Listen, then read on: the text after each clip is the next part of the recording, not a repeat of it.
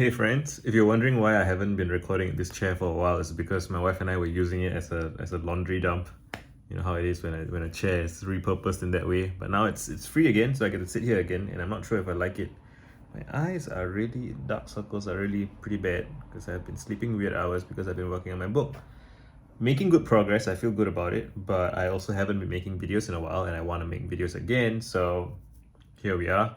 Someone on Twitter, Sam, asked me, he observed a tension between, so in the pinned video on my channel, right, my top 10 hacks, right, the number one hack in my list of top 10 hacks is accept defeat.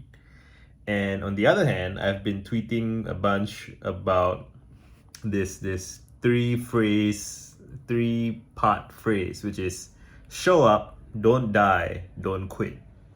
And he said, is there a tension between accept defeat and don't die?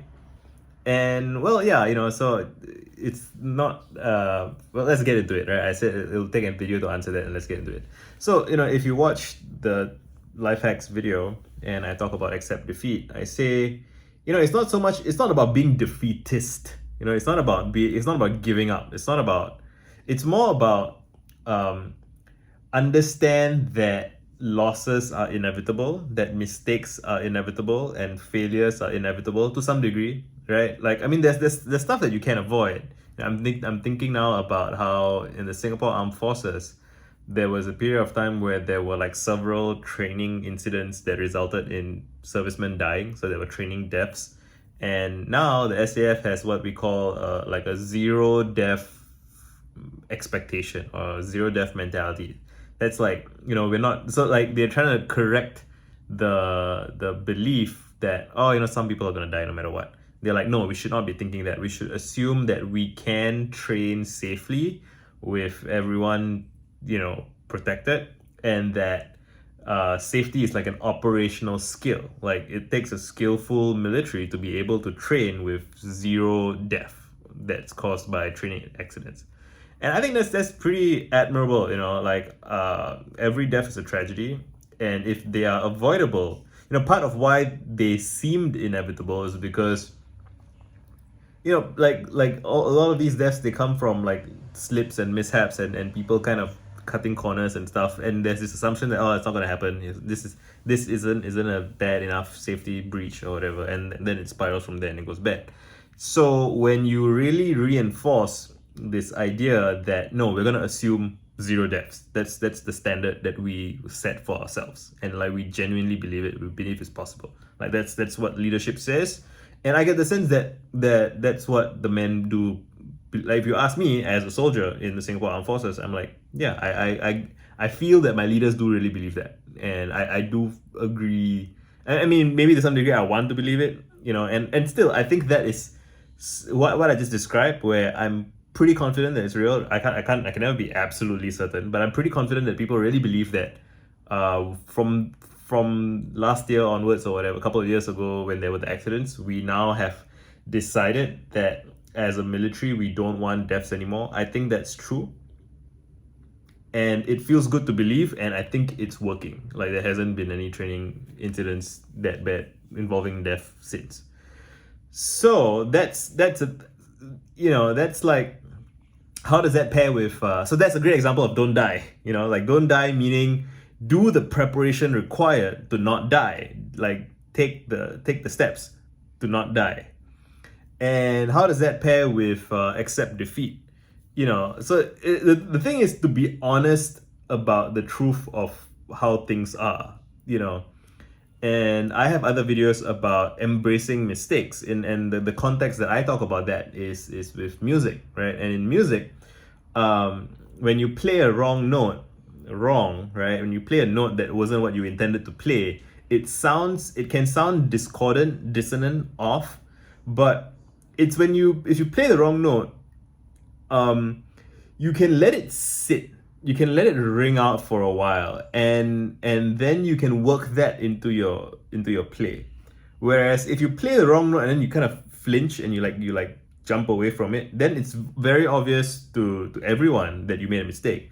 But if you play a wrong note, the thing about music is that on the piano, for example, on the guitar as well, every time there's a note that you don't want, on either side of that note is a note that actually still works. And you can always slide from one note to the next note in either direction as a stylistic choice, which means that effectively, if you are skilled in sliding from a wrong note to the right one, you can play such that it always seems like you intended whatever you played, which is very profound when you really grasp it in music. I mean, so if you're trying to play like a concerto or like some classical piece that's very very fixed, and deviance from that will be noticed, then yeah, people will notice that you didn't play what you wanted to play, what you were expected to play. But that's like that's music that is very precise.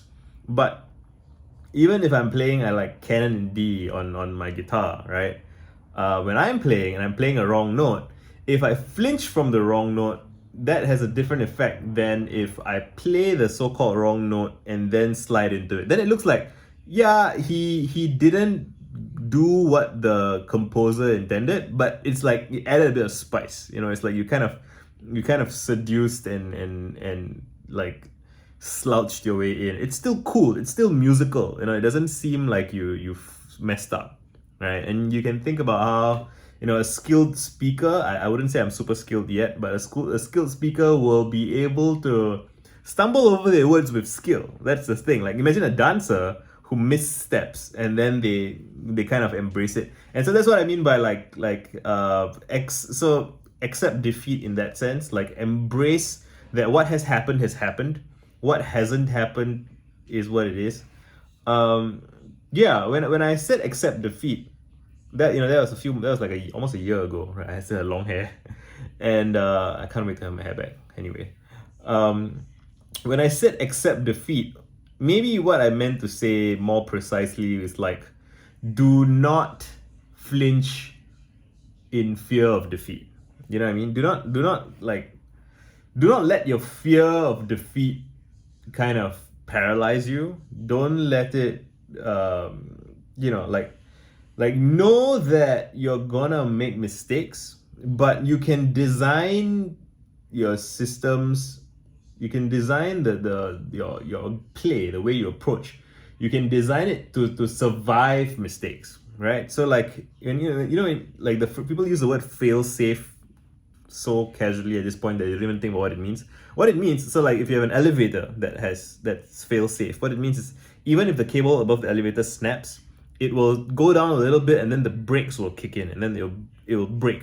So the elevator fails, but it fails safe. So you don't die when the elevator cable snaps, because it snaps and then the locks engage and then it fails safe, right? And that's an example of both don't die and accept defeat. So you accept defeat, meaning you accept that the cable will fail. It may fail. You're not depending on the cable to last indefinitely, right? And you have maintenance checks, and then you update you replace the cable or whatever. You do your tests and so on and so forth, so that you can have confidence in how the elevator will perform. But you accept defeat in terms of the fact that the cable is, subject to wear and tear, right? And that it will potentially snap when you don't expect it. And so that's why you have the fail safes. And yeah, and even then, like I want to believe that we'll never have another training death. I want to believe that fail safes work, right?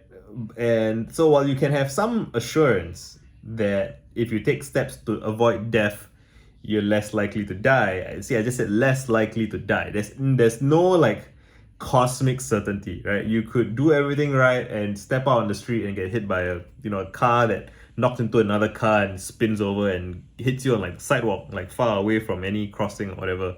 That shit does happen. It like freak accidents happen, and you cannot prepare for freak accidents, and you cannot insulate yourself from freak accidents without isolating yourself in a fortress that's effectively a prison, right? So there's some amount of accepting the chaos of reality for what it is. There's some amount of due diligence you can do to avoid dying needlessly. And when I say don't die, I mean like when you start a business, do your due diligence so that, at the very least, read up about the top 10 reasons why businesses like the one you want to start fail. Like, don't start a restaurant without having some experience talking to people who have run restaurants and like working at a restaurant first, and seeing for yourself how things work and what the challenges and struggles are, so that those struggles don't blindside you and shock you unexpectedly and then you fail, right? Like, preempt what the failures will be, but don't like flinch and freeze and lock up in and become paralyzed by into inaction. Like, like, take accept that bad things will happen, do what you can to preempt bad things within reason, and then go, right? That's a bit rambly, but I hope you get the vibe of it. And done.